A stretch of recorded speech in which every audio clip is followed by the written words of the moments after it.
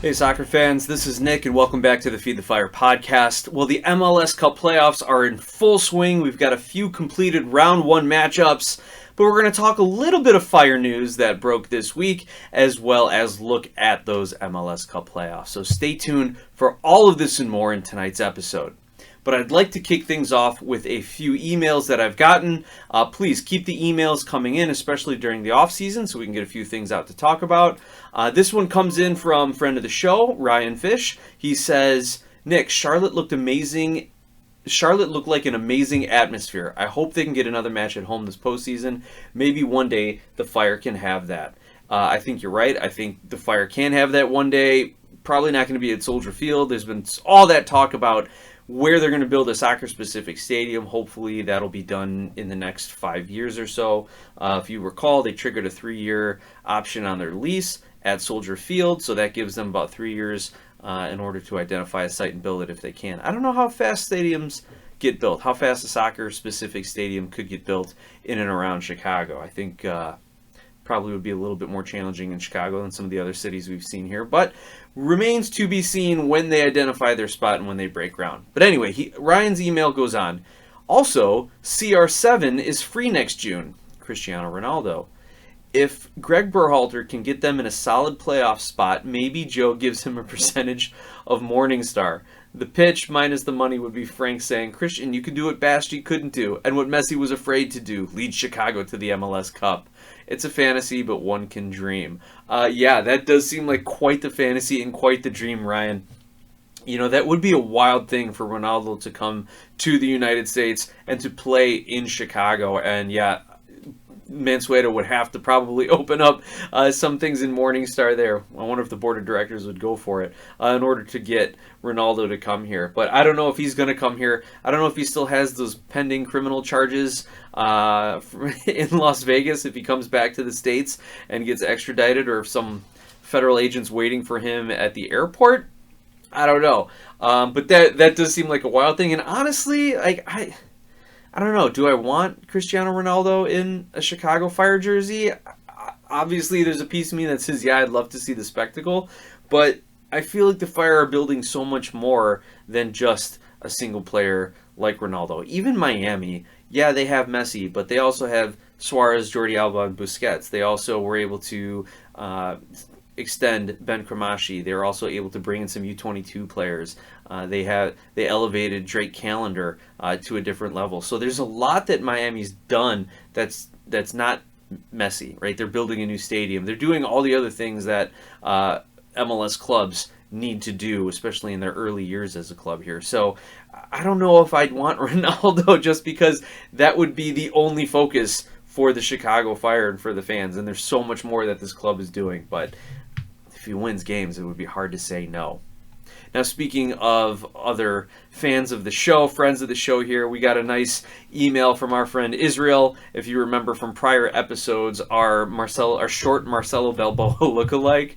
But Israel, thanks for your email, and I got to respond to you and Ryan when I get a little extra time and can put the time and thought into a good response. But Israel writes in and says, hey, Nick, believe it or not, I already miss going to the games, even though the results are usually bad.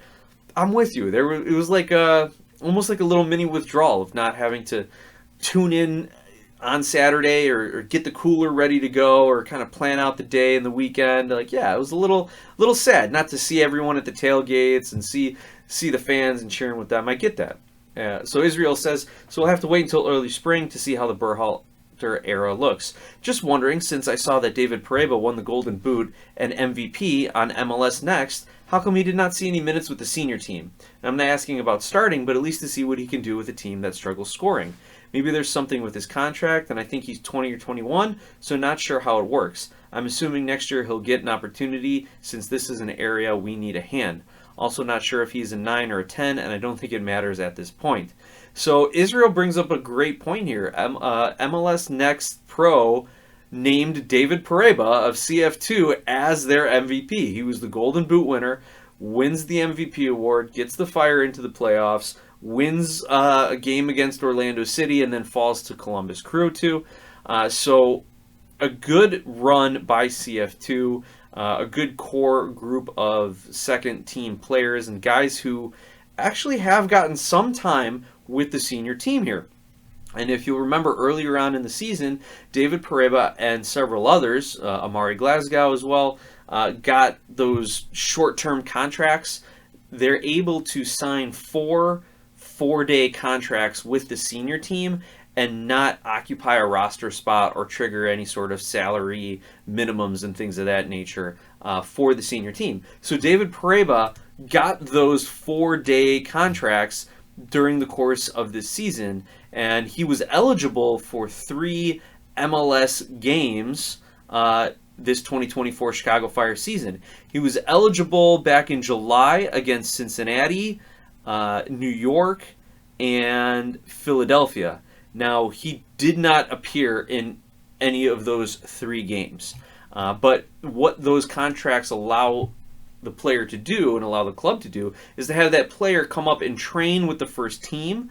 They can kind of evaluate him and see how he fits in with the rest of the squad. Absolutely, the Chicago Fire needed offense and scoring.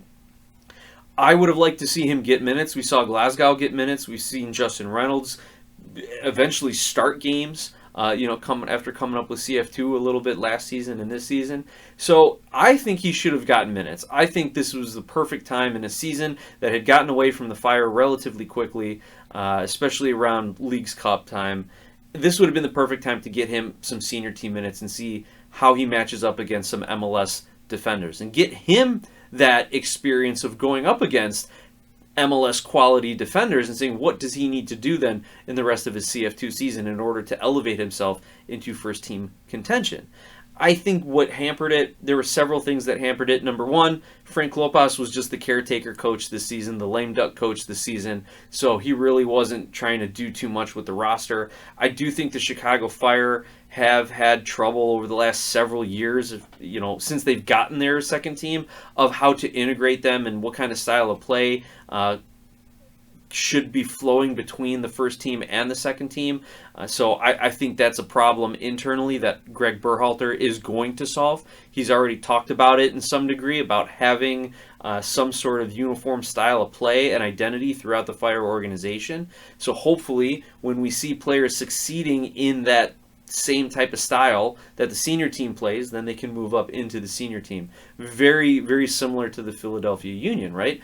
We know that they have great youth players, and when they slot right into the senior team because they know the role that they're playing. Now, maybe they're not doing it at the same level as some of their MLS peers, but because they know how to play within the system and play their role, it kind of escalates them. That way it allows them to contribute, to hold their own, to not look lost while they actually get up to speed with the MLS senior team level. So that's what I think has held back Poreba from getting these first team minutes. Also, we know Kuipers is kind of the lone striker up top, so bringing in Poreba when you still have Koutsias and Barlow on the squad, as well as you saw them late in the season try to move Gutierrez into some kind of weird second striker role for a game or two at the end of the season, when you have those wingers who are cutting in, when you had Salase, who they used as some odd second striker for a game or two as well, I think that also hampered Poreba getting those first team minutes. But again, he did have about 2-3 weeks of being able to train with the senior team. He was on the bench for a few games, but just never actually got subbed in. But speaking of him as being named the most valuable player of MLS Next Pro, here's the announcement from last Thursday, Halloween, which that explains why I didn't have my usual Thursday night, Friday morning episode. I was out trick-or-treating, getting my sugar rush here. And let me tell you, I don't know what happened to Three Musketeers bars.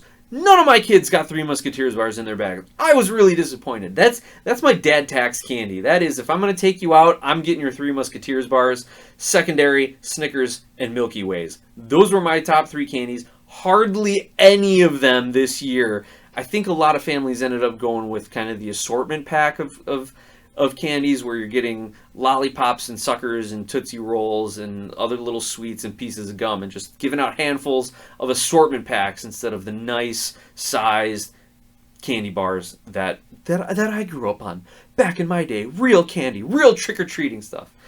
Anyway, I digress. I will say, though, one of my neighbors works for Pilot, the pen company, and he was giving out little packs of erasable colored pens, and my kids absolutely loved it because now they got to come home and color and play and do all this other stuff with the pens and notebooks he was giving out. So that was unique. That's much better than, say, the dentist giving out floss and toothpaste, or gosh, I don't know, the lawyer giving out business cards. No, I don't know what other professions what they would give out. But yeah, the pen kits from the Pilot regional manager, that was pretty fun.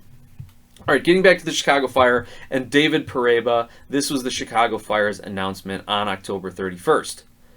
Chicago Fire FC2 and MLS Next Pro today announced that midfielder David Poreba was named the 2024 MLS Next Pro Most Valuable Player presented by Adidas. Poreba, 21 years old, earned the accolade in his first season with the Chicago Fire FC2, during which he also earned the Golden Boot and was named to the league's Best 11. Poreba is the first Fire 2 player to win multiple MLS Next Pro yearly awards and the first to earn MVP and Best 11 honors since the team's inception in 2022. A native of Lake Zurich, Illinois, Poreba joined the club in January on loan from Polish club Stal Mielec. Apologies if I mispronounced that. Prior to his return to Chicago, Poreba was a member of Crown Legacy for the majority of 2023, that is Charlotte FC's second team, during which he started 27 of the 29 matches in which he played. Poreba more than tripled his single-season career-high 6 goals from the prior season in his first full campaign with Chicago Fire FC2, scoring a league-leading 18 goals. So you knew that the Chicago Fire had scouted him, thought he could fit in, and absolutely did that. In his first season with Chicago, Poreba regularly trained with the first team and joined the squad on 4 short-term agreements during the MLS regular season and Leagues Cup 2024. And by the way, I think Poreba probably would have been, like, I think they signed him from Charlotte, from Crown Legacy, and Koutsias at the same time. And Koutsias, I guess they thought was more first-team ready, and they're about the same age. Koutsias had been playing already in the top flight in Greece. Poreba was, getting Charlotte's second team minutes, so I think that's why they went with Koutsias. But having Kuipers, Koutsias, and Poreba, if that's the way they want to go with it, I guess wouldn't be the worst thing in the world. I do want to see Poreba stack up against some MLS defenders. The article concludes, at the amateur level, Poreba began his playing career with the Chicago Fire Academy. Shortly after, Poreba became a member of the Chicago FC United Academy. Following his time in the U.S., Poreba joined Polish side Stal Mielec as a member of their reserve team. He made 2 appearances for their first team before joining Crown Legacy FC on loan in December of 2002. And Stal Mielec is a Polish professional football club based in the city of Mielec. It competes in the Ekstraklasa, the top level in Poland. So again, he was a Polish top flight reserve player, and then he went to MLS top flight reserve player, if you want to think of it that way, comes back home to Chicago, has his best season, and hopefully he ends up on the first team next season, or at least fighting for it this offseason. We're going to take this time to take our water break here and remind everyone that Feed the Fire is brought to you by Skira Icelandic Spring Water. Icelandic for clear, Skira water comes from a spring in a government-protected nature preserve in Iceland with naturally low mineral content. This isn't your average water. Clearly, pun intended, it's one of the best. And Skira Icelandic Spring Water is available at your local 7-Eleven. Make sure you stock up, grab a few bottles before the holidays, because I know y'all be drinking and I know you're going to need to hydrate. And I speak from experience. Now, getting back to Major League Soccer, as I mentioned at the top of the show, the playoffs are in full swing. We've seen Atlanta defeat Montreal and Vancouver defeat Portland in the wild card games and move on to take on the number 1 seeds, and those matches have not disappointed. Miami and Atlanta have split their first 2 games in the best of 3 series, both teams winning games at home by a score of 2-1. LAFC and Vancouver have split their first 2 games, again, the home team winning both of those games. LAFC wins the first game 2-1, Vancouver wins the next game 3-0 on some wild play by their strikers, as well as forcing what I think was scored an own goal. Go look that up. That was something. But there's no aggregate goal scoring here. It's just whoever wins the best of 3. There's no extra time. Games go straight to PKs, as we've seen in several other series this first round. So those are going to be interesting. Will the 1 seeds get knocked off? And that has become the talk here, is how are these favored teams having such a difficult time with their opponents? One explanation, parity. Is there finally parity in the league? I would say no. I would say that these are the lower seeded teams really getting up for these games, taking advantage of their home games as well. In Atlanta's case, you saw, even though Brad Guzan had that terrible howler of a mess up, which if you really go back and look at it, there's a strong argument that the Miami player impeded his ability to kick and to punt the ball and to restart the ball, and that should have been a foul before Guzan tripped and spills the ball, and then it gets passed over and chipped into an empty net. So you have some Atlanta players who are playing way above their typical standard. Guzan has a number of saves in that win. In Vancouver, again, you have their offense just on an all-out blitz against LAFC, scoring 2 early goals. I don't know if all 3 came in the first half. You have some incredible play there. You got Vanni Sartini doing everything he can, pulling every trick out of his tactical book in order to win against LAFC. So that to me is what's going on there. But if you look then at some of the other higher seeds here, Columbus falls to Red Bull in 2 games. They get stunned. They come out flat. They get stunned 1-0 in Columbus, then have a must-win game at Red Bull. And Red Bull are able to play their game, kind of muck things up, send it to penalties after a 2-2 game. Red Bull almost wins it in regulation, but for a stoppage time equalizer by Columbus. And then Red Bull wins it in PKs 5-4. So the 7 seed has knocked off the 2 seed there. Now looking at the remaining games in the Eastern Conference, you have the 4-5 matchup, Orlando and Charlotte. Orlando winning the first game 2-0. Looked like they were going to win the second game real well, in short order as well. But then it's Charlotte with a good defensive effort, clean with some big saves, and then no bigger saves than in the PK shootout.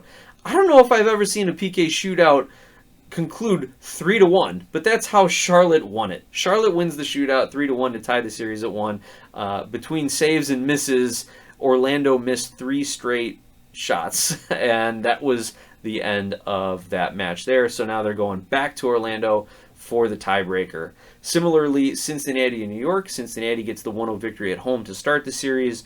New York then looks like a top 4 team, not a bottom 4 team in the playoffs, and they end up with a 3-1 victory at home. Series goes back to Cincinnati. Both of those games will be played on November 9th, and the winners will advance to the conference semifinals. Looking in the Western Conference, what's going on around the bracket? The only clear-cut victories were the LA Galaxy over Colorado. 9-1 on aggregate, right? 5-0, 4-1. Again, aggregate isn't taken into account for advancing in scores or anything like that, but holy cow, that just tells you that the Galaxy are firing on all cylinders.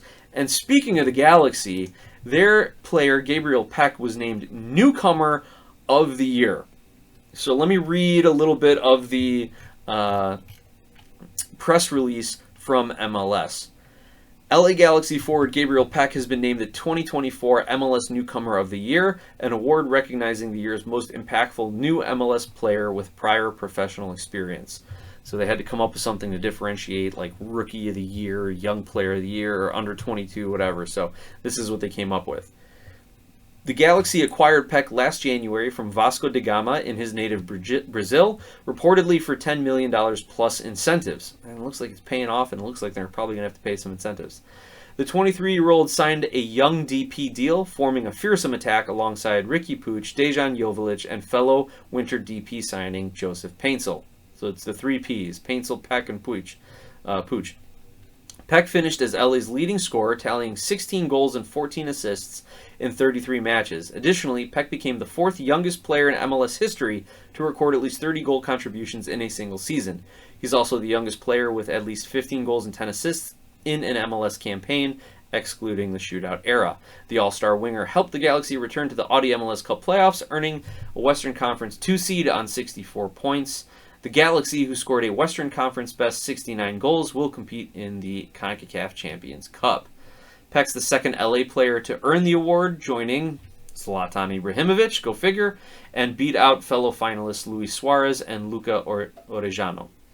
Newcomer of the Year is voted on by clubs, technical staff, media, and current MLS players. And he and Gabriel Peck won the vote in all three categories. He won the media vote, the player vote, and the club vote, and really wasn't that close. He ended up with an average of 37.53% of the vote, Suarez 27.63%, and Orejano of Cincinnati 12.53%.